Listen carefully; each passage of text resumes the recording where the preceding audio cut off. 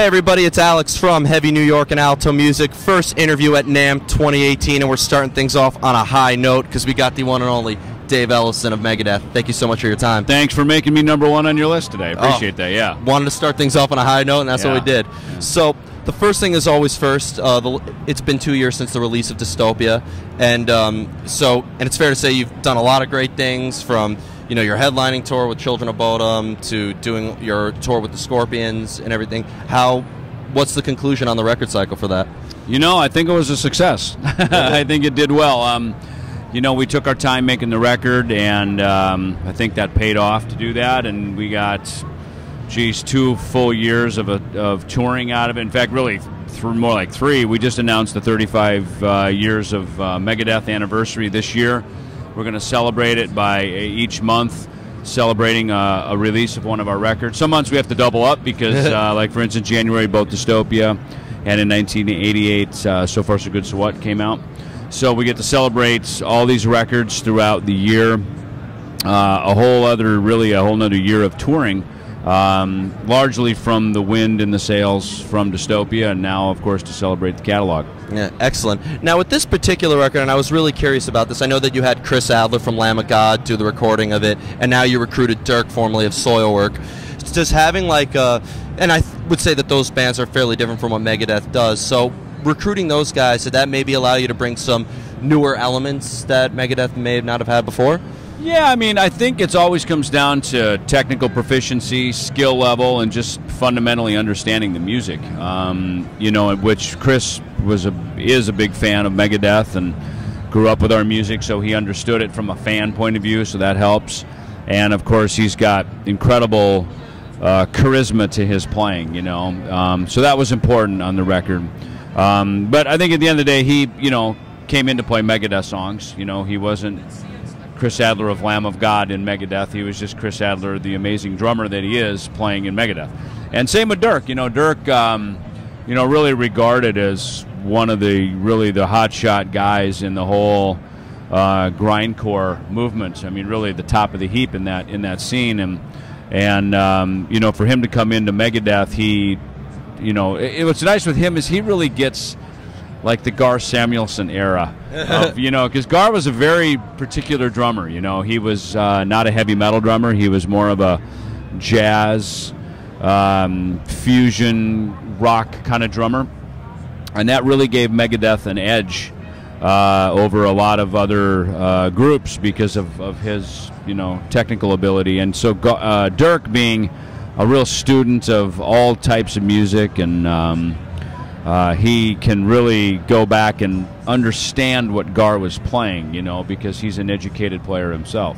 Definitely. Now, when it comes to Megadeth, whether I'm listening to Countdown to Extinction or Cryptic Writings, Dystopia, whatever, Megadeth definitely has a distinct sound. Dave Mustaine's vocals and guitar playing is unmistakably his and everything. So does Megadeth like to more or less make each record kind of lead up to another, or do you like to experiment and maybe step outside the box a little bit? Well, I've always looked at albums, it's like a family photo album. It's a collection of a bunch of snapshots during that period of time that the album is, and that's really what each composition is. It's sort of the songs that were created in that moment of time. And now, as we look back over 35 years, we're breaking out the full canon of family photo albums. We're looking at every song of every record. I'll go back and I'll look at, like, someone just had the original vinyl pressing of Killing Is My Business, and I look at the lyrics, and it's it's kind of funny. There's a woman, Sarah, her organic gourmet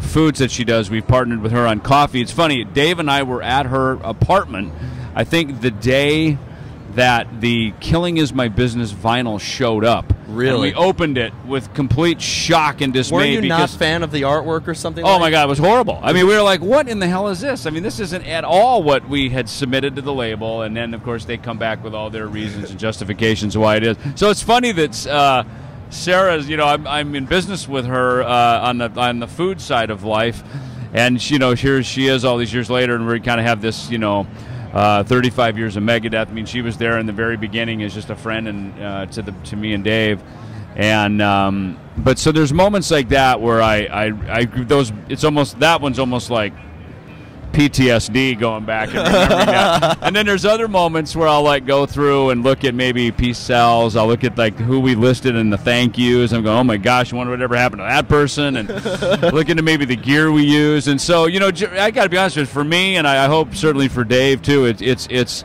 as much fun to go back and look at this stuff, because as challenging as a lot of us, I mean, we were poor, we were broke, you know. I mean, we really were a struggling band, and I think that's what makes the success that much sweeter.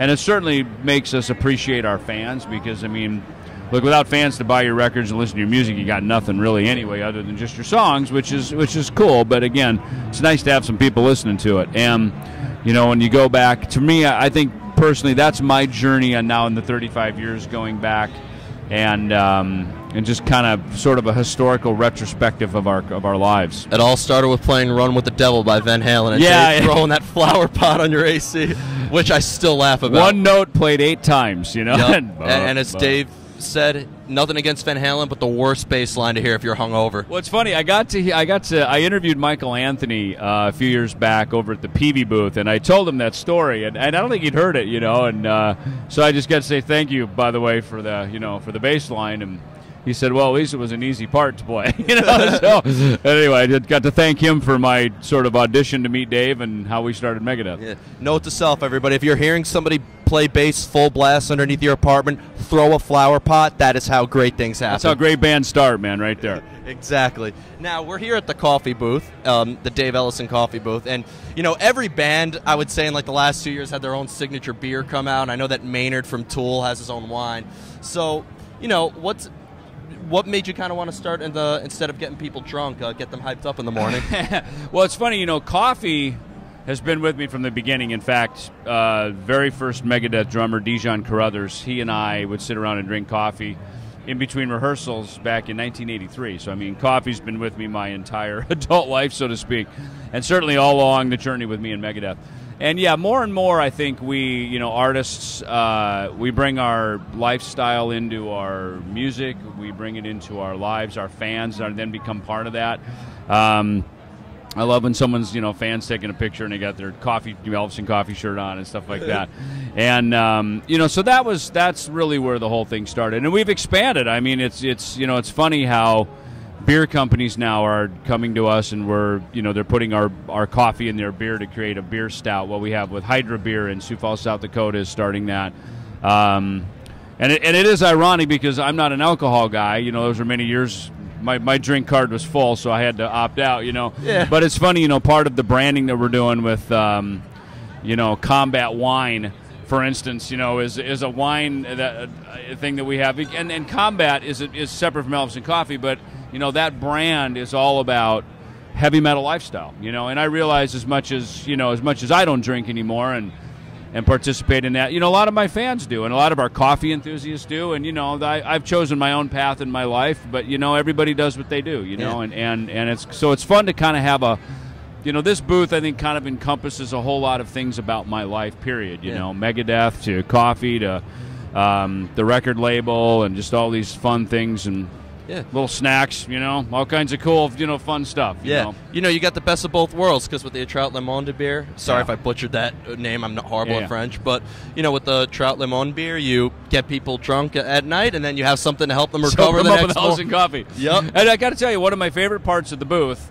aside from all this stuff, is this couch. Because I don't know if you've been to Namm before, but I've been here. Last year was my first time. Many times. In fact, we actually bought a very specific comfort floor, because, you know, Namthrax, as we call it, you lose your throat and your voice hurt, or your feet hurt. So I wanted a comfortable floor, which we have, and we have a couch to come in and kick back and sit down, and we got coffee. Make yourself at home. We've got some snacks and things, so you can kind of come in, and it's like the hospitality booth here. You know, come on in and kick it. I'm just going to be hanging out here the whole time in case we got a lot of interviews. But I just have about 2 more questions for you.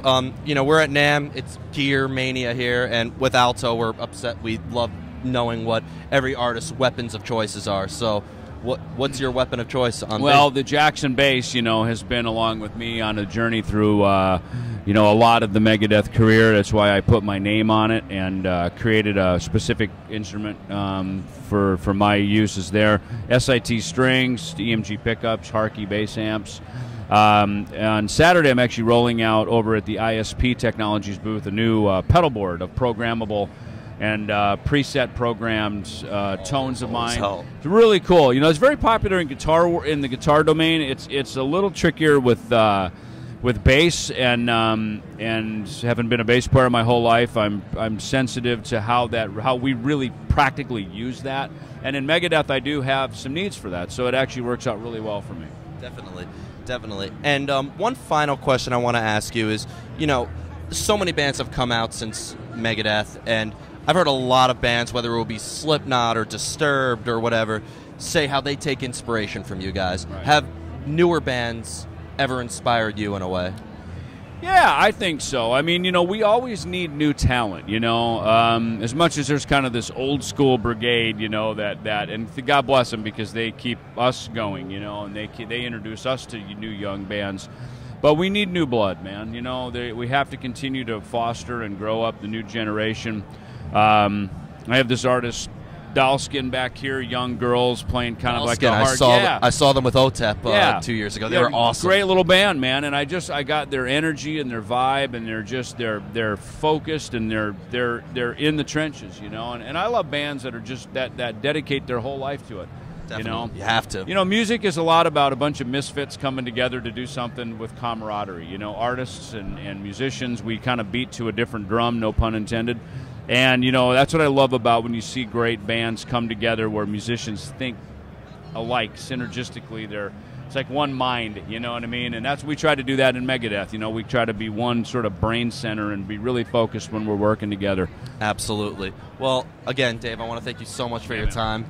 And can we be expecting anything from Megadeth or any coffee or anything you would like to promote? Sure. Well, on the Megadeth front, everything's at Megadeth.com, especially the tour dates under the tour section. And thank you for 35 years of celebrating that, which we get to do this year. Coffee is EllefsonCoffeeCo.com. We've got some new artist roasts we just rolled out with Skid Row, Queensryche, and Autographs. So we have that, and over for the label, EMPLabelGroup.com has all of our combat stuff, and we have a new magazine. We're actually publishing a new magazine now, so they're coming out quarterly. So excellent. Pick one up, even as this guy on the back. So take one for the travels. Thank you so much. I have something to read on the plane ride home. Cool. Well, thanks again, Dave. It was great to have you. Dave Ellefson of Megadeth, everybody. We'll see you next time.